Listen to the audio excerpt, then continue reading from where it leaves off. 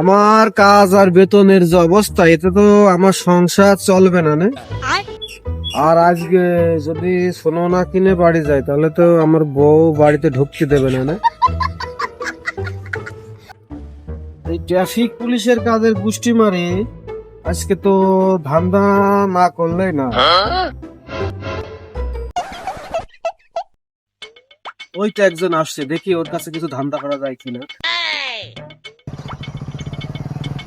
দাঁড়া, দাঁড়া, দাঁড়া, দাঁড়া, দাঁড়া, দাঁড়া। তোর অপেক্ষায় ছিলাম এতক্ষণ।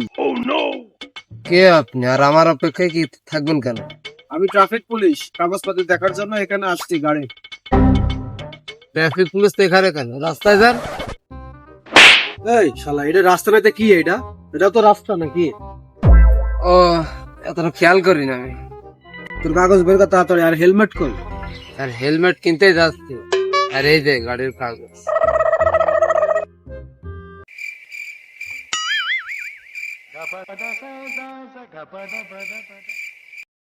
এই ট্রাফিক পুলিশের এতই মূর্খ হয়ে গেছিস, সে কারেন্ট বিল দিয়ে গাড়ির কাগজ বলছিস?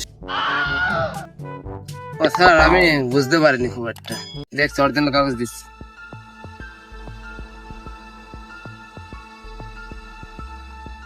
সারা জীবন তো এইসব কাগজপত্র দেখলাম, অন্য কোনো কাগজ থাকলে সেইটা দে।